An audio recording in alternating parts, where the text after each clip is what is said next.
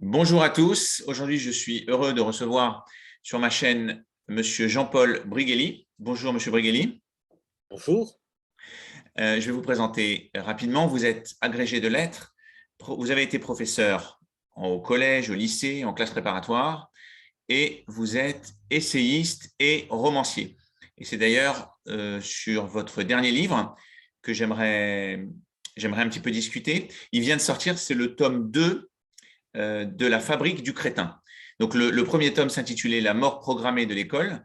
Vous avez sorti en 2005, si je ne dis pas de bêtises.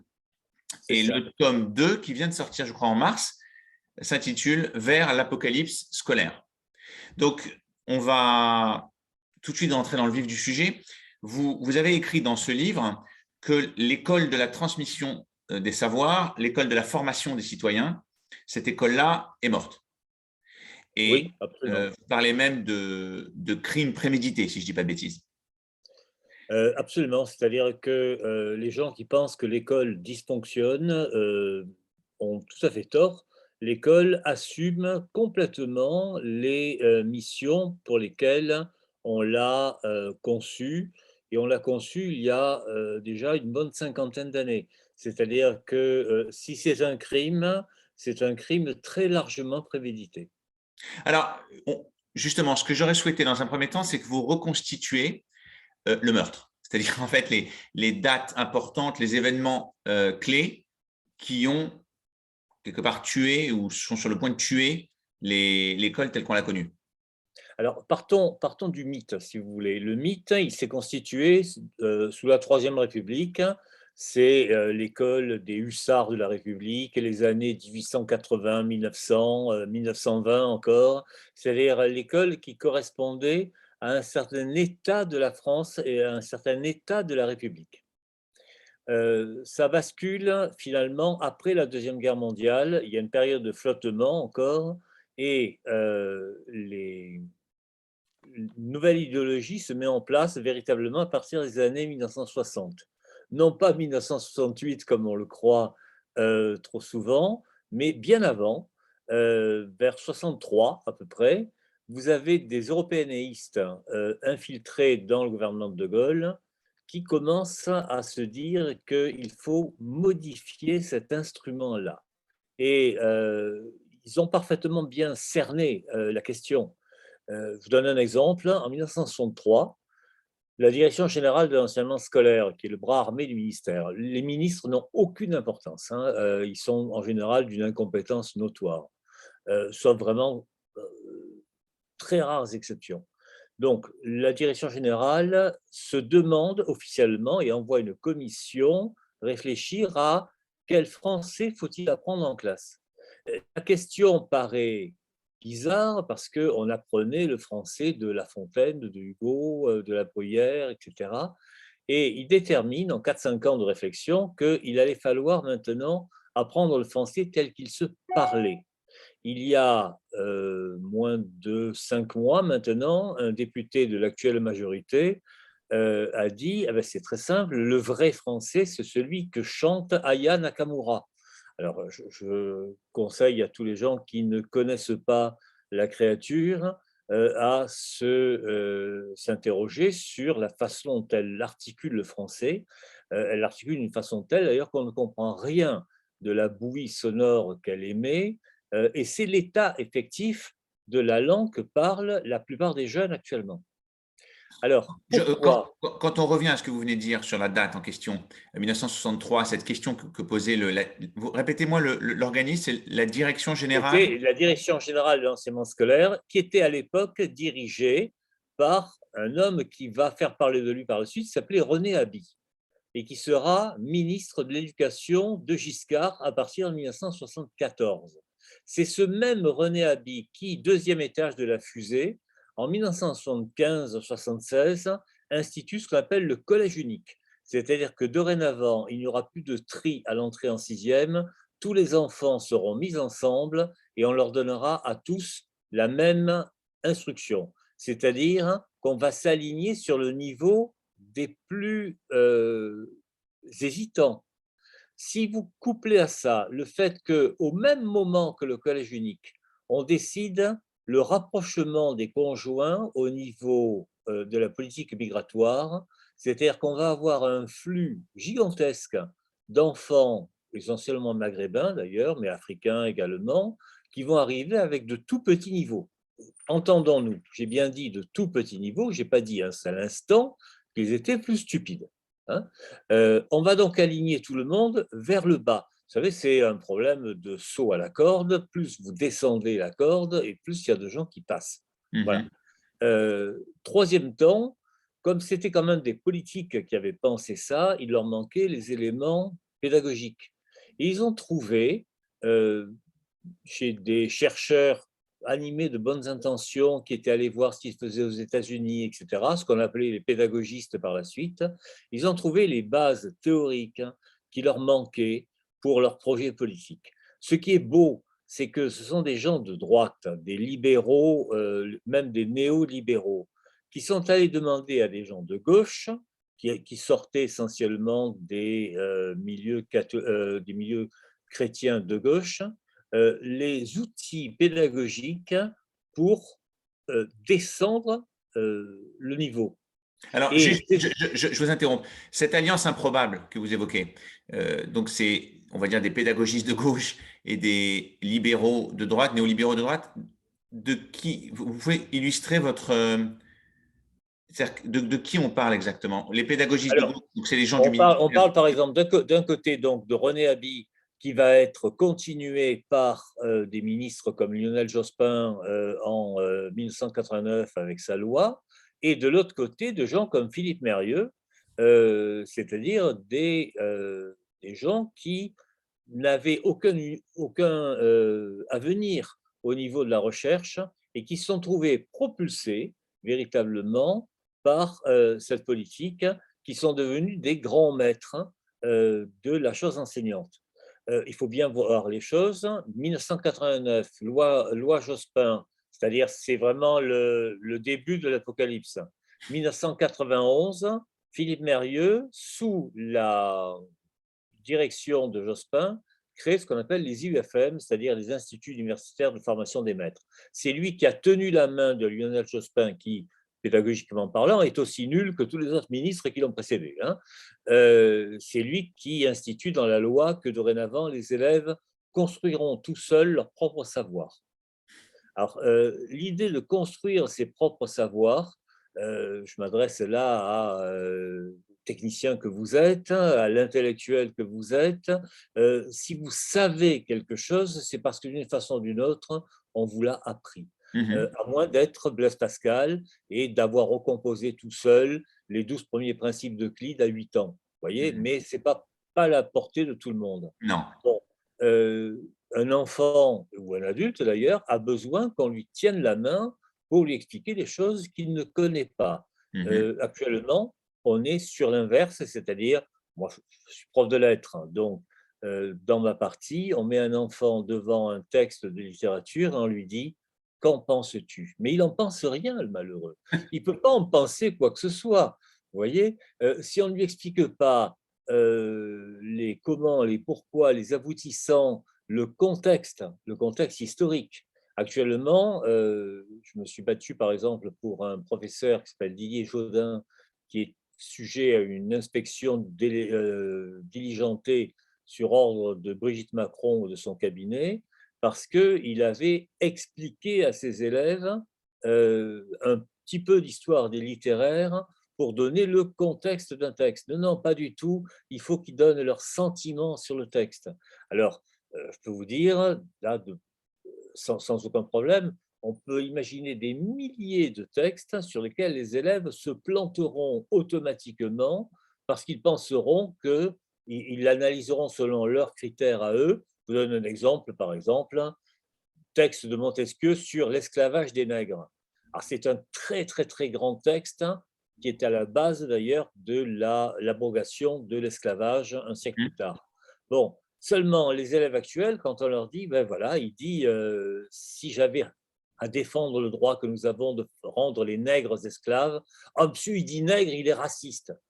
Voilà. Mhm. Si vous n'expliquez pas qu'au XVIIIe siècle, nègre n'est pas du tout un terme raciste, c'est comme ça qu'on dit noir, parce que c'est du latin, en fait, hein, Niger, Nigra, Nigrum, ils passent complètement à côté. C'est la même chose d'ailleurs, par exemple, sur, je sais pas moi, lorsque les féministes actuelles défendent Olympe de Gouges, qui a écrit Les droits de la femme et de la citoyenne, il faut leur expliquer que dans les droits de l'homme et du citoyen, il ne s'agissait pas de l'homme viril tel que nous sommes, vous et moi, mais de l'homo hominis en latin, c'est-à-dire l'espèce humaine. Et que dans l'espèce humaine, j'espère qu'il y a aussi des femmes.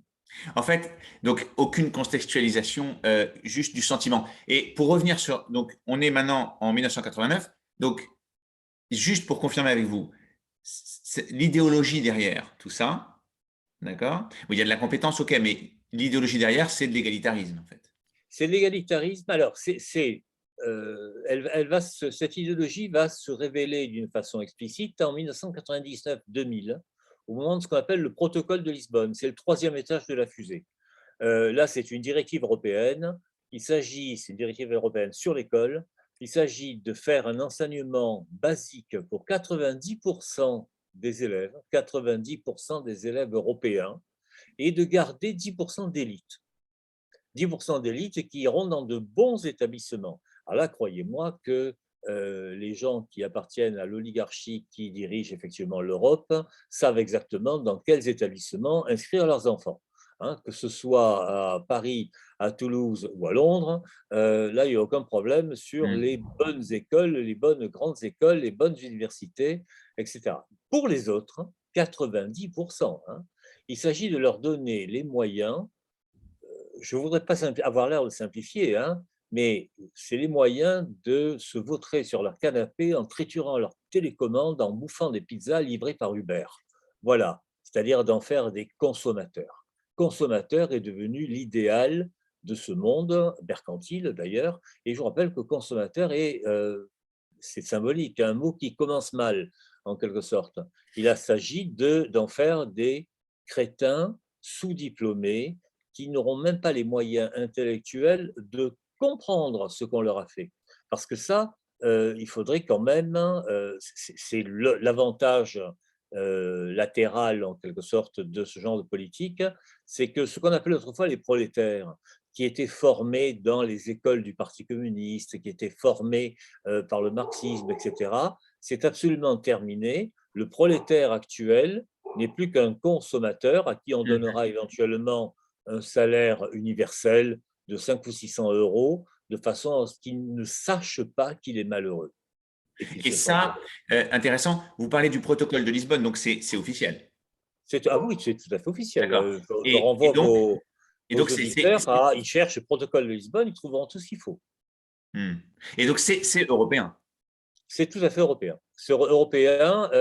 On s'aperçoit d'ailleurs que les États-Unis ont suivi la même pente. Ils sont allés tellement loin que dans les années 80, ils ont lancé une initiative qui était No Child Left Behind, c'est-à-dire qu'ils se sont aperçus que le niveau était trop descendu. Il était trop descendu de façon à ce que l'activité économique puisse continuer véritablement. Alors, ce n'est pas un problème. Ce n'est pas un problème puisque de toute façon, l'activité économique ne se passe plus en Europe. L'activité économique, entre-temps, s'est déplacée sur l'Asie du Sud-Est, la Chine en particulier, l'Inde, le Pakistan, etc. Et l'Inde et le Pakistan, et a fortiori la Chine, n'ont pas du tout la même politique. Si vous reprenez les classements PISA, Teams, Pearls, etc., tous les classements internationaux qui évaluent les élèves, vous apercevez que la France, qui était en tête de peloton dans les années 1950-60, est actuellement aux alentours de la 30e position. C'est très loin, hein, c'est très très loin, à des années-lumière, par exemple, de Singapour, Shanghai ou la Russie. Hein. C'est-à-dire des gens, et il faut bien comprendre que des tas de problèmes tout à fait immédiats là sont en train de se régler, c'est-à-dire que la Russie, par exemple, a basculé dans un autre monde que le monde européen. On aurait pu les récupérer en 1991 si on les avait unifiés, mais ils ont choisi d'une façon ou d'une autre de rester en quelque sorte dans une orbite personnelle qui actuellement est en train de les diriger vers l'orbite chinoise.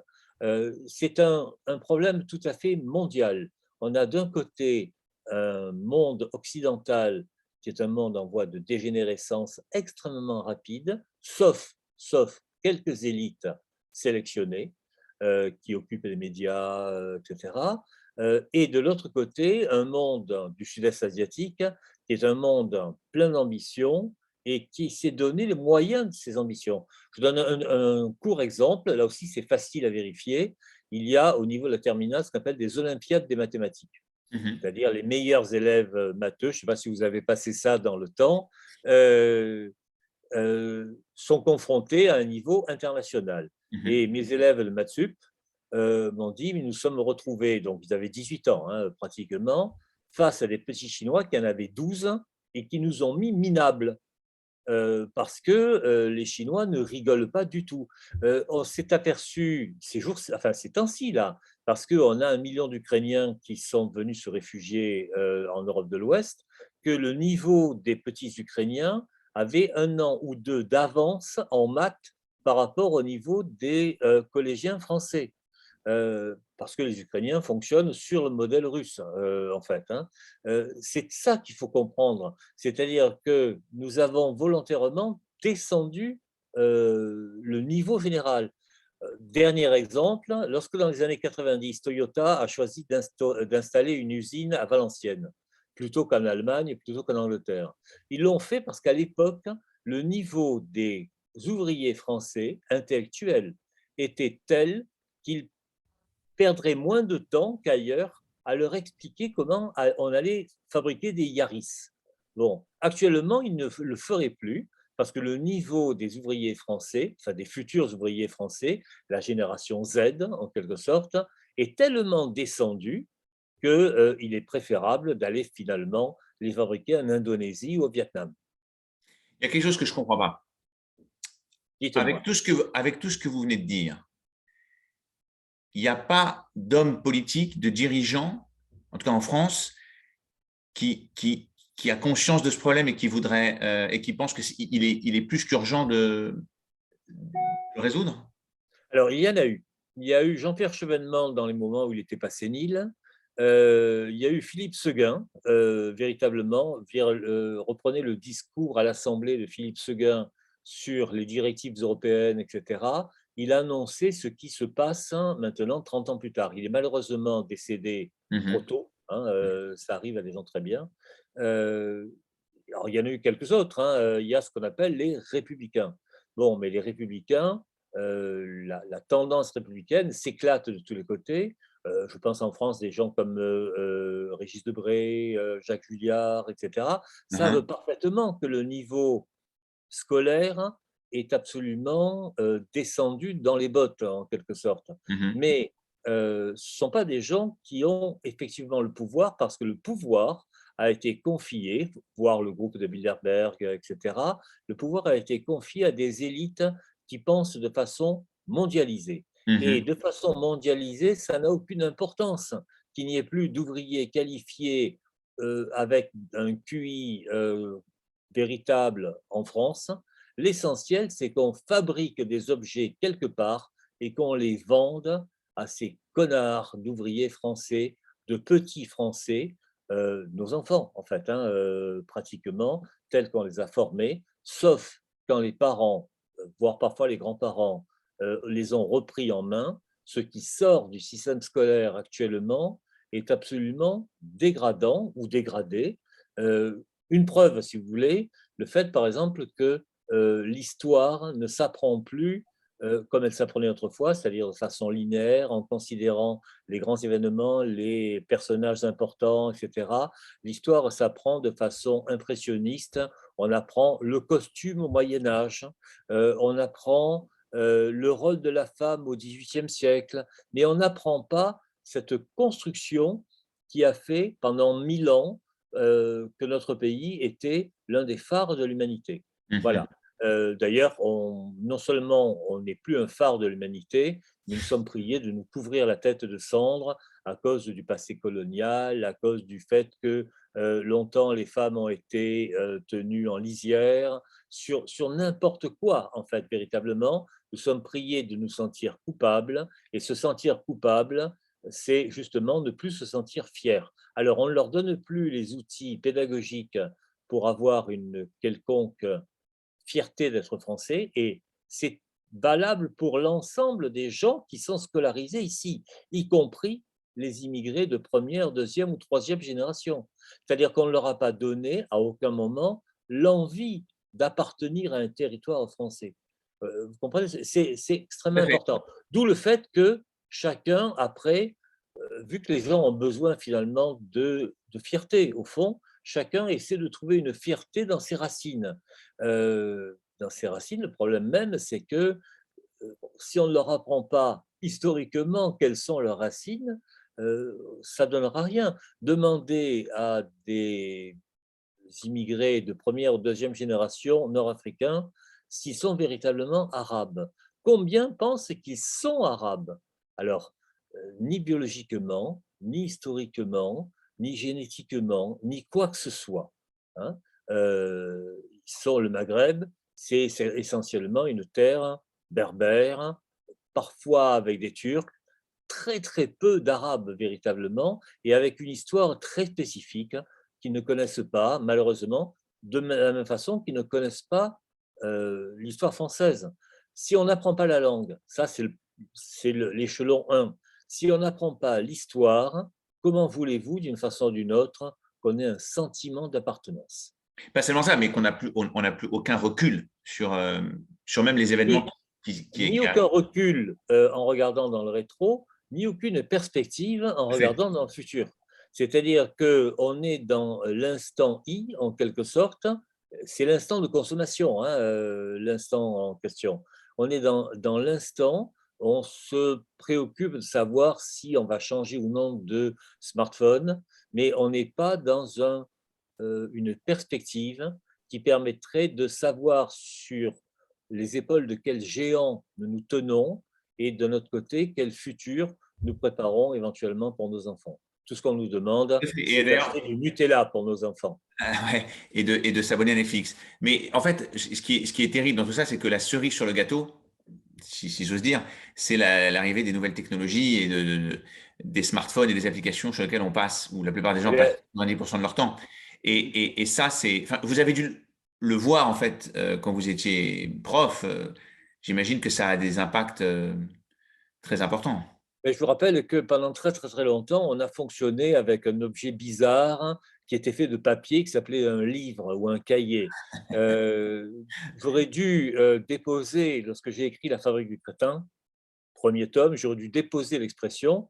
Il y a 2 ans est sortie La Fabrique du crétin digital, Mhm. qui montrait très précisément comment les nouvelles technologies, utilisées d'une certaine manière en tant qu'objet de consommation immédiate et permanent, il n'y a qu'à voir ce qui se passe quand on traverse une ville, hein. Les gens ne se regardent plus les uns les Mhm. autres, ils regardent leur écran. Bon, cet écran portatif, qui aurait pu être quelque chose de tout à fait remarquable. C'est-à-dire, quand on sait utiliser un écran, on y découvre des choses tout à fait intéressantes. Mais l'idée, en quelque sorte, que l'écran doit servir à être en relation avec des followers est une chose qui, culturellement parlant, est accablante. Mhm, tout à fait. En fait, je suis un peu abasourdi par tout ce que j'ai entendu et je me pose. Il faut, ce qui est essentiel, c'est de comprendre que ça fonctionne.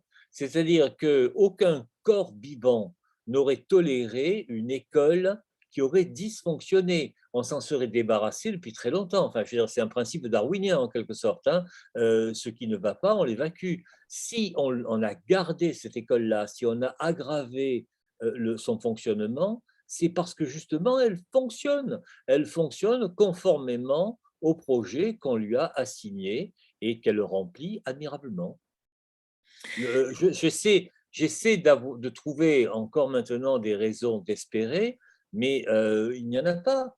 Ce qu'il faudrait, c'est d'une façon ou d'une autre une révolution globale qui change le logiciel économique et qui change par voie de conséquence le logiciel idéologique.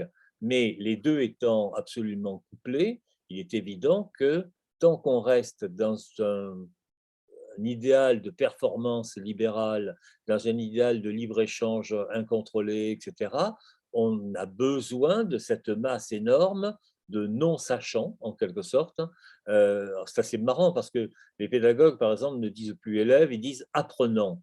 Cette forme, c'est une influence anglaise, hein, c'est la forme en ing, en quelque sorte, Mhm. learning, en quelque sorte. Mais de ce point de vue-là, ils n'ont pas d'élèves qui arrivent au bout d'un cursus, puisqu'on est toujours en train d'apprendre. Et c'est là qu'ils ont eu une idée extraordinaire. D'ailleurs, ils ont cessé de transmettre des savoirs pour transmettre des compétences. Et dans ces compétences, il y a non plus savoir apprendre, ça c'était tout à fait au début. Maintenant, il y a savoir-être en société, etc., respecter les autres, et j'en passe. Mais dans tous les cas, il n'y a pas de savoir. Vous savez, il en est du savoir comme de l'amour. Dès que vous rajoutez quelque chose à savoir, quelque chose se met à déraper. Mhm. L'amour, je t'aime, voilà, c'est une chose. Je t'aime bien, je t'aime beaucoup, je t'aime à la folie, c'est nettement moins satisfaisant. Le savoir, c'est une chose, le savoir-être, hein, ce n'est plus rien. Je vais, je vais devoir conclure sur ces belles paroles. Je voulais avoir votre avis là-dessus. C'est que, en fait, c'est une conclusion que je suis en train de, que je viens de réfléchir. Euh, il y a beaucoup d'auteurs et de penseurs ces derniers temps, surtout depuis ces 3 dernières années, qui ont diagnostiqué le déclin de la civilisation occidentale. C'est comment dire, un diagnostic que je partage complètement. On a vu depuis 2 ans, enfin avec cette crise du Covid, des comportements proprement inhumains qui n'ont pas eu l'air De de choquer qui que ce choquer soit. qui que ce Voilà. soit. On voit dans la guerre en Ukraine des handicapés se faire exclure des manifestations sportives ou des musiciens même de concerts. Personne n'est vraiment dérangé. On voit une forme dans la population occidentale, bon là je m'intéresse à la française, mais vraiment une forme de conformisme, c'est-à-dire qu'on applaudit des soignants, c'est même une obligation presque religieuse à son balcon. Et si Alors, attendez, on applaudit les soignants et on applaudit le gouvernement qui a exclu les soignants qui ne c'est voulaient pas ça, se faire c'est-à-dire vacciner. que il y Quand a, même, hein. On est dans un double conformisme. c'est ça, on est vraiment dans du Kafka là. Et on manque de recul, on sent un manque de recul et de conformité. Alors, on a beaucoup pointé du doigt les médias, les dirigeants politiques, mais est-ce qu'après tout, est-ce que cette mort de l'école, ce déclin du système scolaire, est-ce que ce n'est pas la cause majeure de ce qui est en train d'arriver à l'Occident? Alors, il est certain que l'Occident va mal. Je vous rappelle, la dernière fois qu'on a eu cette sensation, c'était dans les années 1890-1900. On s'en est tiré avec une guerre mondiale. Je n'aimerais pas, pour les enfants que j'ai, et qui sont encore petits pour certains, je n'aimerais pas que la solution de sauvegarde de notre civilisation soit une troisième guerre mondiale, et pourtant on y va tout droit. Bon, ben on va finir là-dessus. Je vais certainement devoir me prendre un peu de Prozac pour tenir le choc. Je plaisante. Donc, Monsieur Brigelli, c'était un vrai plaisir. J'aurais pu continuer comme ça, vous en doutez, toute la journée. Moi aussi. On va devoir conclure et j'espère que la prochaine fois qu'on reparle, le système scolaire aura enclenché sa renaissance. Voilà, c'est le souhait que je formule. Je vous remercie beaucoup. Merci à vous.